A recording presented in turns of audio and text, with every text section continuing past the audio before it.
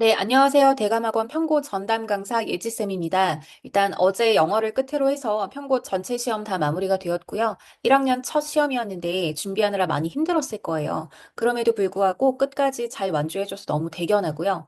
그 다음에 또 지금 도착하는 결과들을 보니까 아직 전체적으로 다 온 건 아니지만 평균적으로 점수가 굉장히 잘 나왔어요. 90점 전후로 해서 좋은 점수 맞아준 것도 너무 자랑스럽습니다.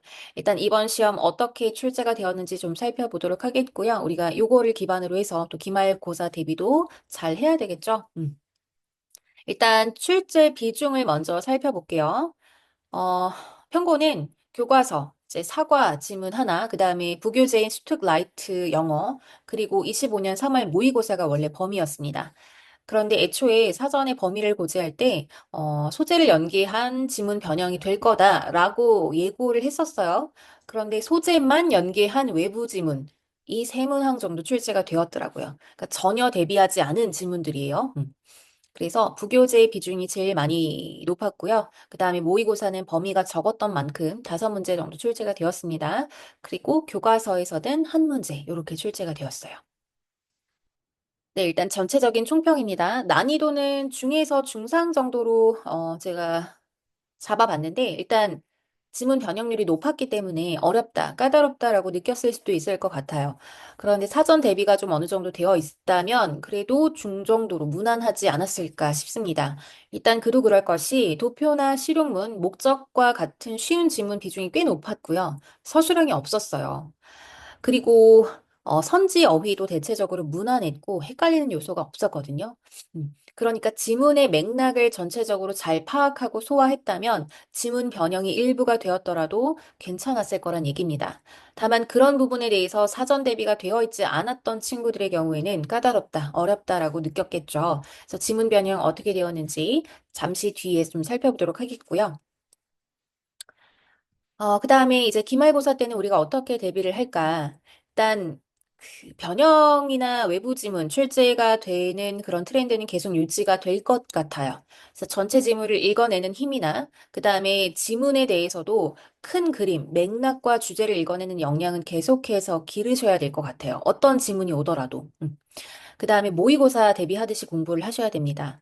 그러니까 내신도 물론 중요하지만 특히 지금 1학년 같은 경우에는 모의고사도 굉장히 중요하단 말이에요. 그러니까 그렇게 모의고사 대비하듯이 그 큰 그림을 읽어내는 힘을 공부하시면 되겠고요. 그다음에 이번에 서술형 출제되지 않았지만 기말에는 서술형 출제되지 않을까 예상을 해봅니다. 그리고 평고는 학기가 진행될수록 선지에 나오는 어휘의 난이도가 높아집니다.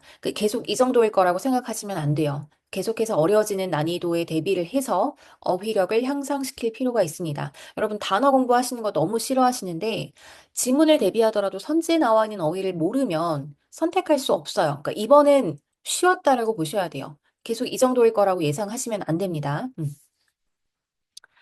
자, 그러면 본격적인 문항을 좀 살펴보도록 할게요.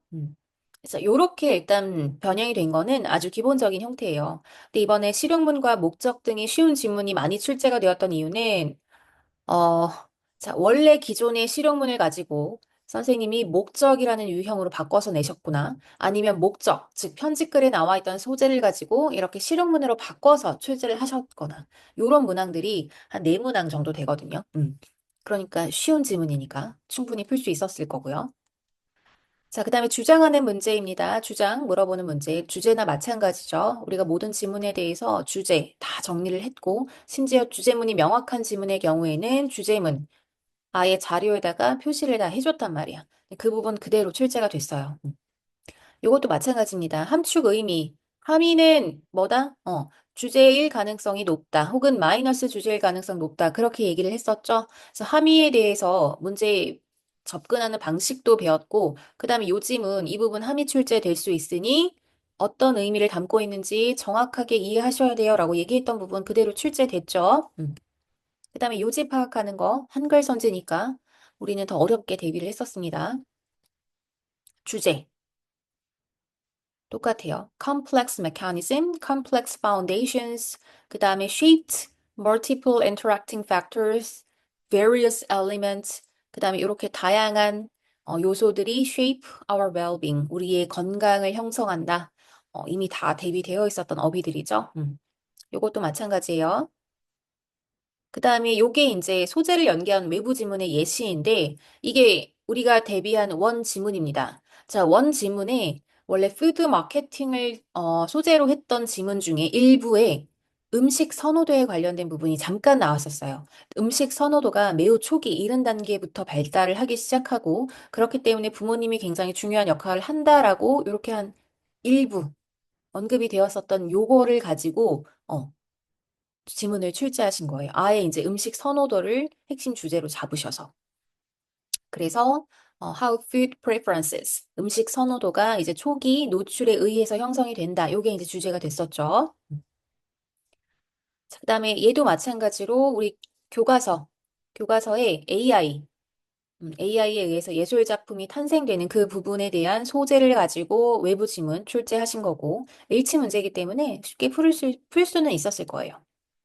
이것도 마찬가지로 외부 지문 소재 연계한 부분입니다.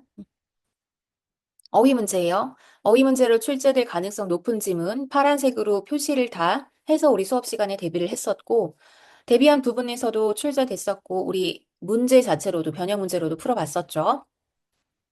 자, 요거는 빈칸 문제인데 우리가 빈칸 문제로 연습을 했던 건 아니지만 이 부분이 필자의 주장이 드러나는 부분이고 또 중요한 부분이기 때문에 서술형으로 우리는 연습을 했었거든요. 복수 테스트를. 그러니까 서술형이 나오지 않는다라는 건 알았지만 우리는 그래도 서술형을 미리 준비를 했었단 말이야. 그래서 자, censorship이라는 게 should not become so powerful. 너무 강력하게 되어서는 안 된다라고 했던 요 부분을 should be restrained from becoming. 삼가야 된다. 너무 이제 컨트롤링, 통제하는 것을 멈춰야 된다, 그만해야 된다, 이런 부분으로 바꾸셨어요. 그래서 맥락 자체는 다르지 않기 때문에 잘 풀었고요, 이 친구도. 자, 요거는 또 지문 변형됐습니다. 지금 요 부분, 여기 빈칸이 출제되어 있는 위의 문장부터가 대비했던 원 지문이 시작되는 부분이에요. 그 앞부분은 선생님이 따로 추가하신 겁니다, 원문을. 근데 어, 원, 그 원문 추가했다고 하더라도 지금 대비한 지문은 바뀌지 않았기 때문에 충분히 잘 판단할 수 있었을 거고요. 특히 지금 빈칸이 출제될 수 있는 주제문 같은 경우에는 다 표시를 해서 공부를 했었는데 그거 그대로 출제됐어요. 그리고 accept our feelings라는 표현이 embrace로 바뀔 수 있다. embrace라는 단어 꼭 체크해둬라 라고 했는데 선지에 embrace our feelings 그대로 출제가 됐죠. 그래서 이렇게 대비를 한답니다. 자, 요것도 지문 변형됐습니다. 근데, 어, 내용 자체는 바뀌지 않았어요. 주제도 동일하고 소재도 동일했기 때문에 기존에 우리가 같은 부분, 같은 내용을 담고 있는 부분을 빈칸으로 연습했었거든요. 그러니까 지식에 있어서 사회적 맥락이 굉장히 중요하다는 얘기였는데 그 맥락이 중요하다는 얘기 자체는 바뀌지 않았던 부분이라서 잘 풀이했습니다. 자, 흐름과 관계없는 부분. 지문에 대한 이해가 충분히 되었다면 어렵지 않게 풀 수 있는 문제 유형이에요. 그리고 순서 문제는 항상 삽입도 마찬가지고 100% 거의 100%의 대비 적중률을 자랑합니다. 이것도 마찬가지예요. 수업 시간에 삽입 문제, 삽입 유형으로 출제될 수 있는 지문에 어디가 삽입될 수 있을지는 이렇게 다 지금 별표로 표시해 줬거든요. 그래서 요거 그대로 출제가 되었고 우리가 요런 걸 바탕으로 복습 테스트도 보기 때문에 사전 대비가 충실히 잘 되어 있습니다.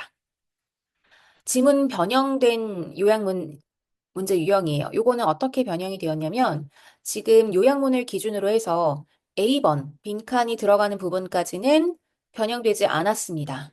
그래서 과거의 기억들이 결국엔 현재의 믿음이나 신념에 의해서 형성이 된다. 재구조화가 된다. 이런 내용이 들어가 있었던 부분은 그대로 출제가 되었기 때문에 연습했던 부분을 똑같다고 볼 수 있거든요. 다만 뒤에 실험이 행해진 내용을 따로 추가하셨어요.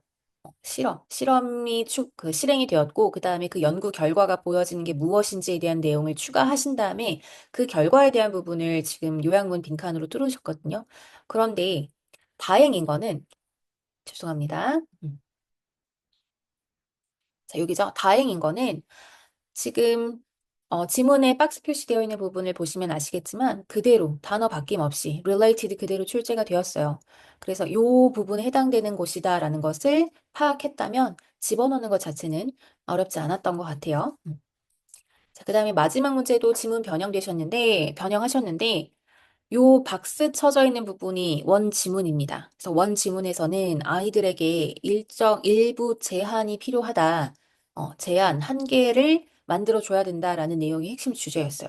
선생님은 거기다가 encouragement 혹은 praise 이런 칭찬을 통해서 좀 자존감을 업시켜 줘야 된다라는 내용을 추가하셨거든요. 그래서 제목도 마찬가지로 제한과 그다음에 칭찬 한계와 칭찬이 같이 필요하다라는 내용이 정답이 됐었어요. 그래서 일부만 변형이 된 거죠. 자, 그래서 이런 식으로 지금 출제가 되고 있습니다. 편고가. 그래서 사전에 대비가 잘 되었던 친구라면 제가 큰 그림, 큰 주제 잡고 맥락을 파악하는 게 어렵지 않았던 친구들이라면 충분히 무난하게 잘 풀 수 있을 거라고 얘기했던 부분이 바로 이런 부분이에요. 변형이 되었다 하더라도. 그 다음에 이것과 마찬가지로 평상시에 여러분이 지문을 읽어내려가는 힘을 기르셔야지 이렇게 외부 지문이 나왔다 할지라도 당황하지 않고 해결해내실 수 있습니다. 그래서 내신 대비도 충실하게 그리고 평상시 정규 수업도 충실하게 잘 들어야지만 결국 실력 자체가 높아지고 좋은 점수로도 이어질 수 있어요. 그래서 항상 내신 대비만큼은 적중률을 정말 최고로 자랑하고 있기 때문에 다음 기말 대비도 요것과 마찬가지로 한번 잘 할 수 있었으면 좋겠습니다. 네, 감사합니다.